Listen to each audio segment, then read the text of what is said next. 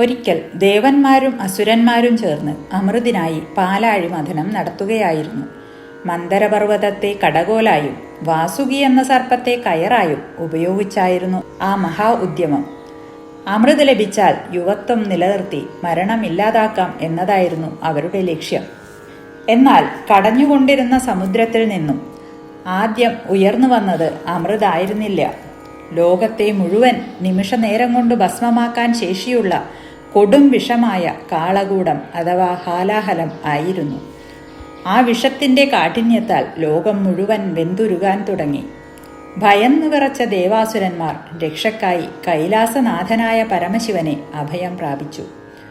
ലോകരക്ഷയ്ക്കായി ഞാൻ ഈ വിഷം ഏറ്റെടുക്കാം എന്ന് ഭഗവാൻ തീരുമാനിച്ചു.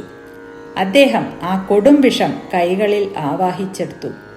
സർവചരാചരങ്ങളെയും രക്ഷിക്കാനായി അദ്ദേഹം ആ വിഷം വിഴുങ്ങി.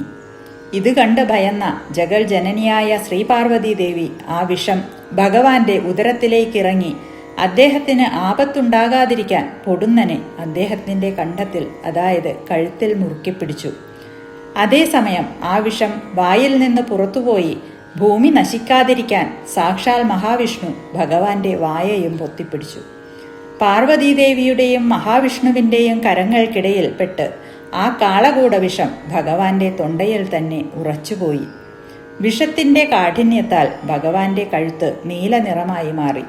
അങ്ങനെ ലോകത്തിൻ്റെ പാപങ്ങളും വിഷവുമെല്ലാം സ്വന്തം കണ്ഠത്തിൽ ഒതുക്കിയ മഹാദേവൻ നീലകണ്ഠൻ എന്ന പേരിൽ അറിയപ്പെട്ടു.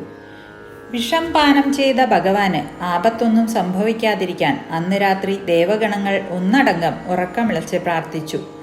ലോകമംഗളത്തിനായി ഭഗവാൻ വിഷത്തെ ആഗിരണം ചെയ്ത ആ മഹാത്യാഗത്തിൻ്റെ ഓർമ്മയ്ക്കായാണ് നമ്മൾ ഇന്നും വ്രതശുദ്ധിയോടെ മഹാശിവരാത്രി ആഘോഷിക്കുന്നത്. നന്മ നിറഞ്ഞ ശിവരാത്രി ആശംസകൾ. ഓം നമഃ ശിവായ.